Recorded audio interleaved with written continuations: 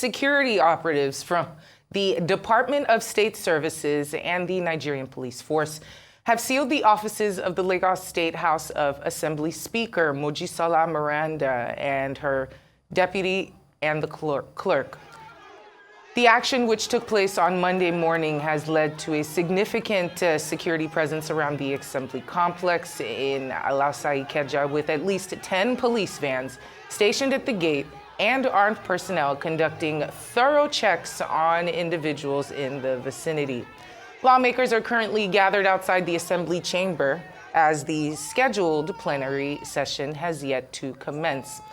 Well, our Arise chief correspondent, Tokunboy Yetunji, is standing on ground to bring us updates from the live Assembly premises. Good afternoon, Tokunboy. I hope you can hear me loud and clear. Could you give us an update on what's going on your end? Yeah, loud and clear. Perfect. Yes, we're right at the premises of the Lagos State House of Assembly, and if you can see behind me is the office of the Speaker of the Assembly. This is to my right here is the chamber. I mean, just a few minutes ago, about 30, 40 minutes ago, the members of the Assembly just rose from their plenary, actually adjourning sine die, that's indefinitely, after they had deliberated on two key issues. I mean, number one was what majority of the people have been reporting as the invasion of the Assembly earlier this morning by men of the Department of State Services. If you just look closely behind me here, there is just a sitting area here where members of the Assembly gathered earlier in the day, as early as 9, 10 a.m. when they came into this place, and they realized that men of the DSS had, taken over some of the offices, the office of the Speaker and that of the Deputy Speaker, and they were not allowed into the chamber. So they retreated back to this sitting area. They sat down there, majority of the members deliberating on the next line of action to take. It was in that process that the Speaker herself actually came into the Assembly and joined them there. So they deliberated among themselves and decided that this is their Assembly and they had to go and conduct the day's business. And they moved right in there. As they were going into the chambers, they were stopped by the DSS men who, for a reason that we did not know about, because we heard that earlier in the day when some of the security operatives came in, they actually said they were there to sweep some of the offices of the principal officers of the Assembly. So members, after they had consulted with the Speaker, like I said, decided that they must go into the chambers to conduct the day's assembly. So it was actually going to turn, some kind of confrontation between them and the security operatives. But eventually, reason prevailed, and we were allowed to go into the chambers. So they moved into the chambers to conduct their business, and the key issues on the table for them were that's the presence of the security operatives here, and to equally at the same time pass a vote of confidence on the Speaker. They condemned what they called the invasion of the chambers and called on President Bola Tinubu to actually look into the matter, and so that the nation can get to the bottom of why the men were present here in the morning. And they equally called on the Director General of the DSS to actually investigate the matter so that they will know the reason why his men were present here. So before they rose at about 1:30, 1:40, that the Speaker actually adjourned, they passed a vote of confidence on the Speaker. And if I must tell you, that actually made the Speaker emotional and shed some tears in the process. So that is the situation for now. The situation is calm. We can't find any DSS operative or any security. There are some security, regular security policemen outside the gate, but right inside the premises of this assembly, there are no DSS operatives here, as far as we're concerned. It appears this is not unconnected with the impeachment of the former Speaker, Mudashiru Obasa. And of course, we know that the new Speaker right now, that Mojisola Meranda, has taken office. But now you say calm has been restored to that premises. Is there anything what do you foresee happening in that vicinity? Well, I mean, what we could describe as confrontation, has ended now is the politics of it. Of course, anybody who has been watching situation at the Lagos Assembly here will know that whatever is happening now is now connected with the impeachment of Mr. Mudashiru Obasa as Speaker.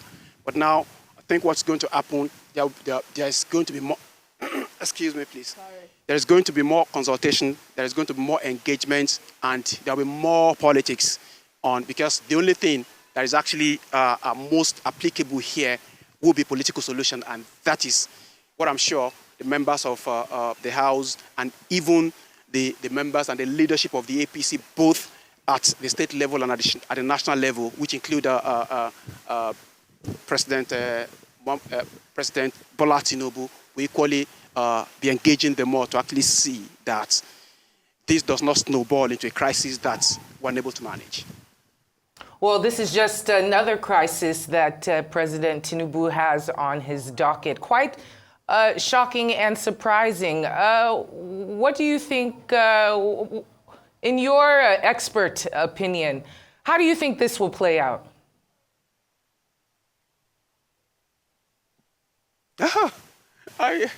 I chuckle at that. I mean, I'm not an expert. I'm just an observer of the situation. But I mean, what is likely to play out here?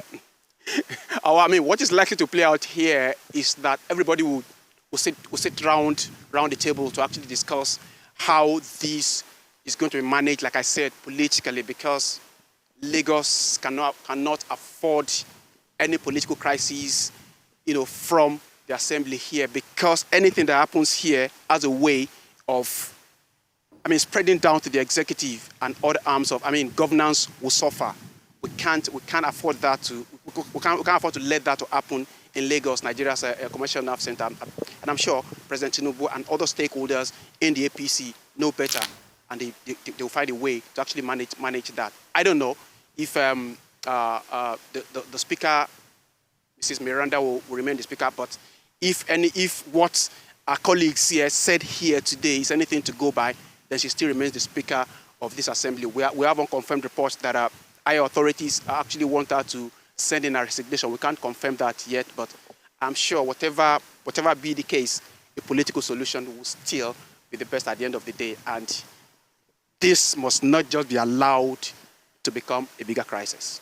Well, we hope it doesn't become a bigger crisis, as I said, because we know that the impeached Speaker, that Mudashiru Obasa, filed a lawsuit saying that the plenary in which his impeachment was convened was illegally convened. That court case looks like we don't know what that would, what result or what ruling the court would come out with on that particular case. But in the middle of all of this, do you see some form of restoration of peace, or do you think that the court would have its final say? Because these are, lawmakers. Well, this is politics, and there has been some kind of lamentation, over the intervention of the court in political matters. This is another one playing out here. Like you said, we don't know how this will play out, but however it plays out, what goes on here is majorly politics before governance. So whatever plays out at the court there was still going to be some level of political discussion to actually sort out the matter eventually. So we'll be waiting, we'll be watching what the court ruling will be, right? Like I tell you, as we are here now, some high-level consultation may be taking place on how to find the best solution to this politically. If you check everything that I've been saying all along, politics as a word has been playing out, or because I know that no matter what it is, everybody will still have to sit down to say, this is what I want, this is what I can give, this is what you should give. And that's how it works. So no matter what the court ruling is, politics will still play out, and that's how this matter will be sorted out eventually. Very well said. Politics as usual. We just have to watch as it plays out. And of course, Arise News will be here to keep everyone abreast of the situation. Tokunbo Ayetunji, thank you so much for joining us this afternoon.